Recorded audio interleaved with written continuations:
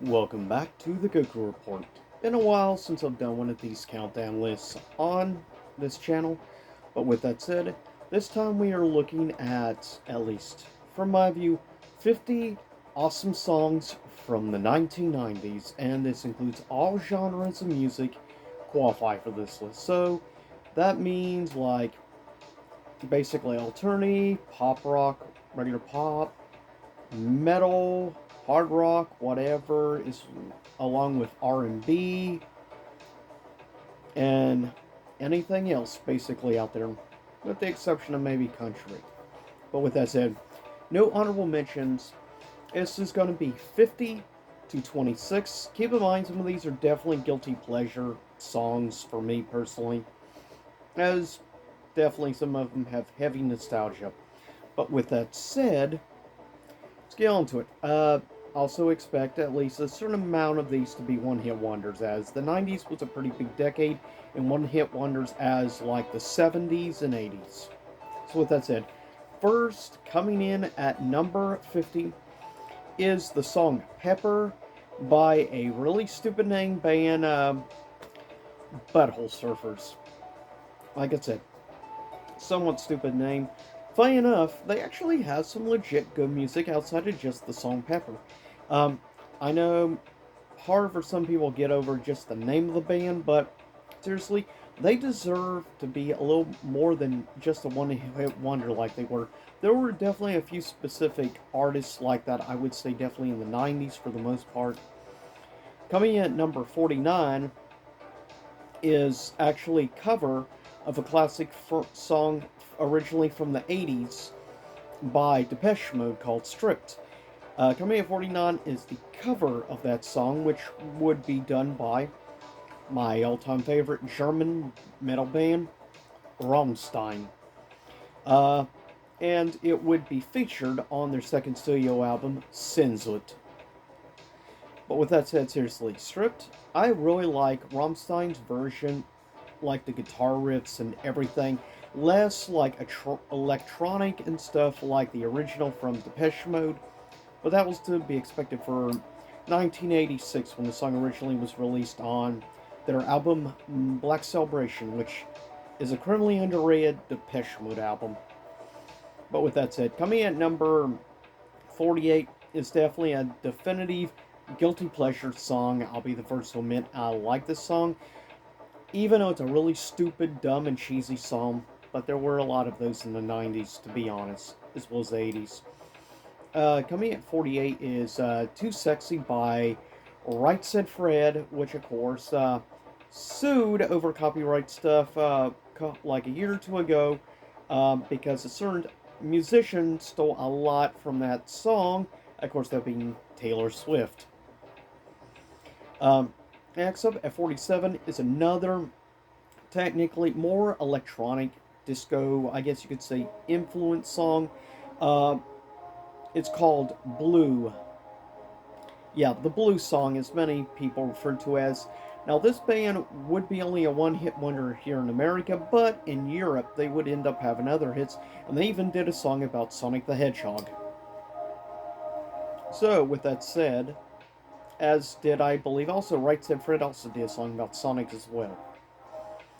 But with that said, next coming in at number 46 is definitely one of the only more softer, I guess you could say, songs for more alternative music at the time, with definitely influences of like new age music and everything.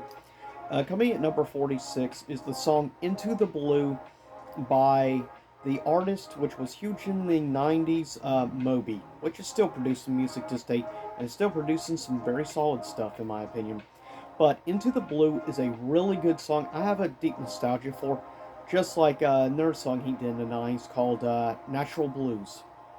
Really good songs. Coming in at number 45 is arguably, in my opinion, one of the best thrash metal songs of the 90s. Personal opinion, but I also really like the message that was in the actual lyrics and the fact this song actually won an award for trying to bring more awareness to environmental stuff at the time. Coming at number 45 is a song called Countdown to Extinction done by one of the big four, that being, of course, obviously, Megadeth, as it was off the same title album, Countdown to Extinction, which I will basically tie as, in my opinion, their best album with also Rest in Peace. Coming in at number 44 is definitely another one of those guilty pleasure songs. Like I said, this is 50 awesome songs I highly recommend checking out. If you've never heard of them, this isn't a traditional top list, so there's really no true ranking to some of these songs. With that said, next at 44 is by LEN, Lynn, as others say. They would have, I actually quite enjoyed their cover of the song Kids in America, but this was the song that really made them become somewhat known in the 90s. That being the song Still My Sunshine. Great song overall. It has a good flow, I think. It's definitely not your traditional style one hit wonders of the 90s, but definitely suited at the time when it came out and also in the alternative music scene. Coming in at number 43, another one hit wonder, and the artist actually had a couple other, I think, solid hits. He became somewhat big over, weirdly enough, in Germany, but not your traditional style you would think of, given the way he decided to go with more of like an island style and stuff about him. Uh, Lou Bega was his name, and this was his one hit wonder here in America, Mumbo Number 5. If you don't know the name, trust me, if you heard the song, you would most definitely recognize Mambo Number 5 by Lou Bega. Coming in at number 42 is arguably probably one of the best, I think, probably techno style songs of the late 90s. Coming in at number 42 is Believe by Cher, which really would help introduce a new generation of music fans to Cher's work that may have not heard her stuff of like the 70s with Sonny and Cher, or even if I could turn back time, rock arena rock era of the 80s Cher. This would be a new introduction, a new era of Cher music.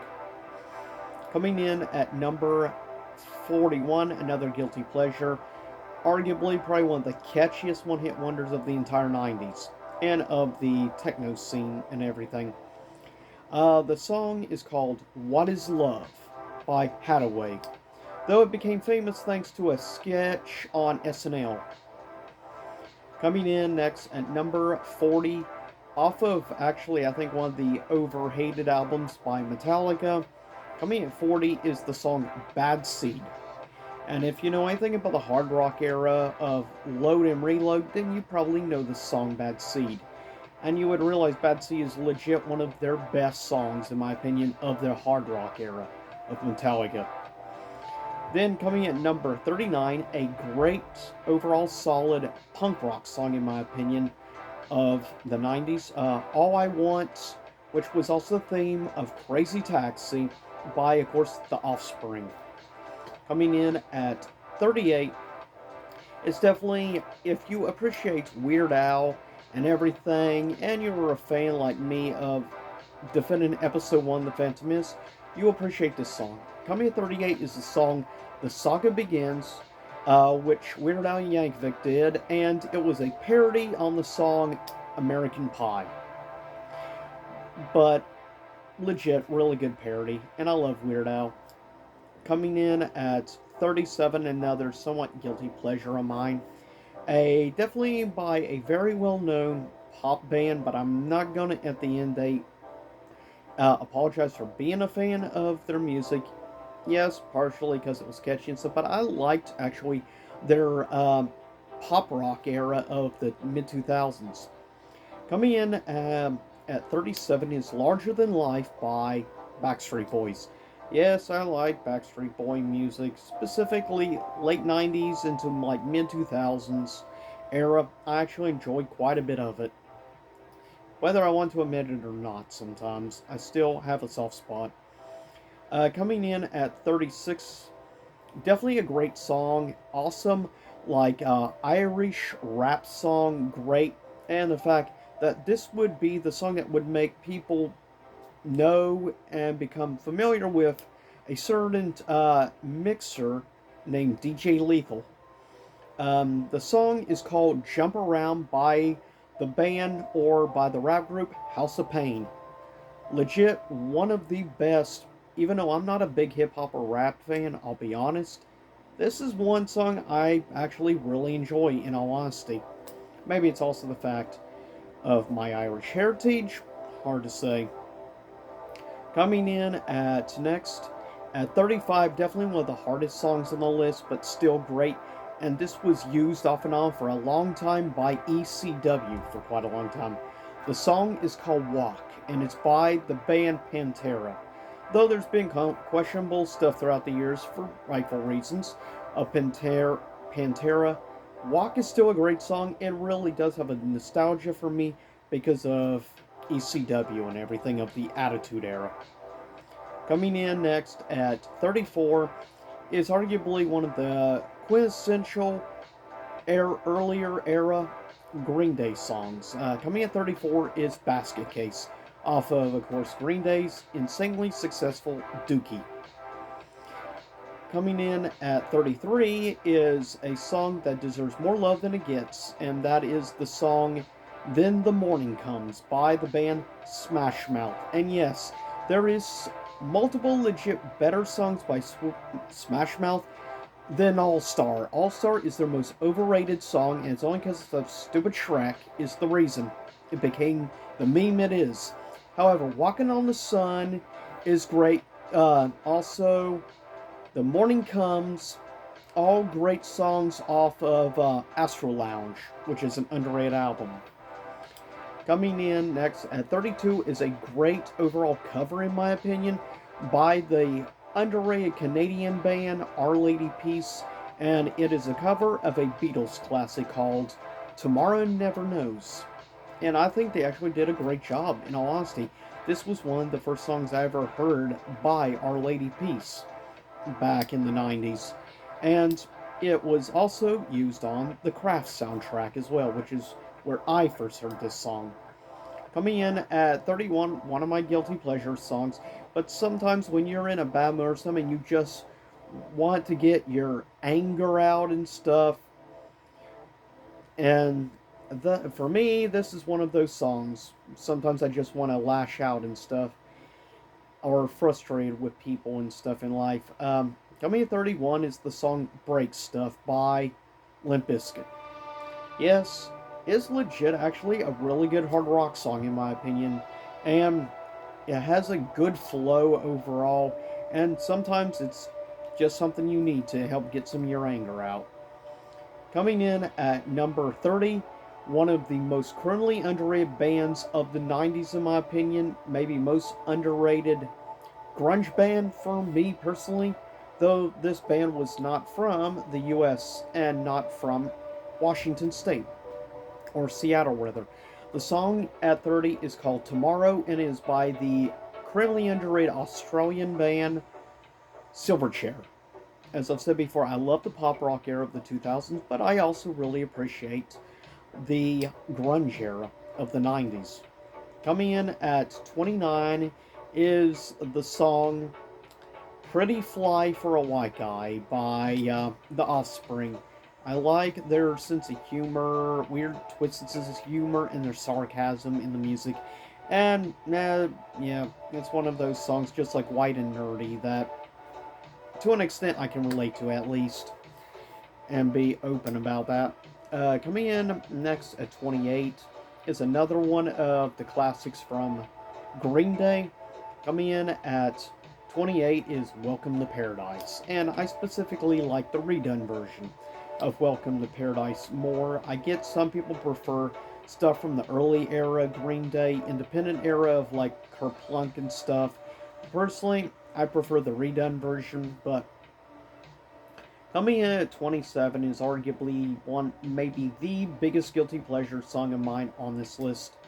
Coming at 27 is Ice Ice Baby by Vanilla Ice. Admit it, all of us who grew up in the 90s, whether you want to admit it or not, all of us have a guilty pleasure or a weird enjoyment for the song Ice Ice Baby, which completely stole a course from Under Pressure of David Bowie and Queen.